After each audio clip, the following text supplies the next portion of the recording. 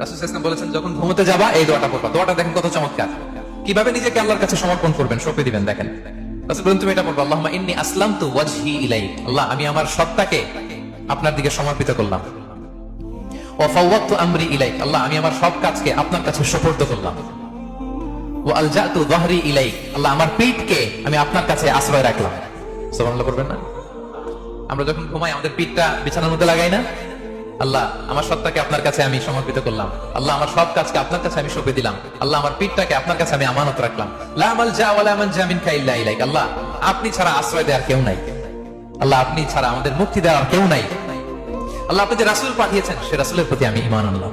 আল্লাহ যে কিতাব আপনি আসমান থেকে পাঠিয়েছেন ওই কিতাবের উপর আমি ঈমান আনলাম। সুবহানাল্লাহ পড়েন। বিষ্ণু সাল্লাল্লাহু আলাইহি ওয়াসাল্লাম বলেন যখন কেউ এই দোয়াটা পড়বে রাত্রিবেলা, ফাইন মিত্তা ওই মিন লাইলাতিকা, ওই রাতে যদি তুমি মারা যাও, মিত্তা আলাল ফিতরা, তুমি ফিতরাতের উপর মৃত্যুবরণ করবে।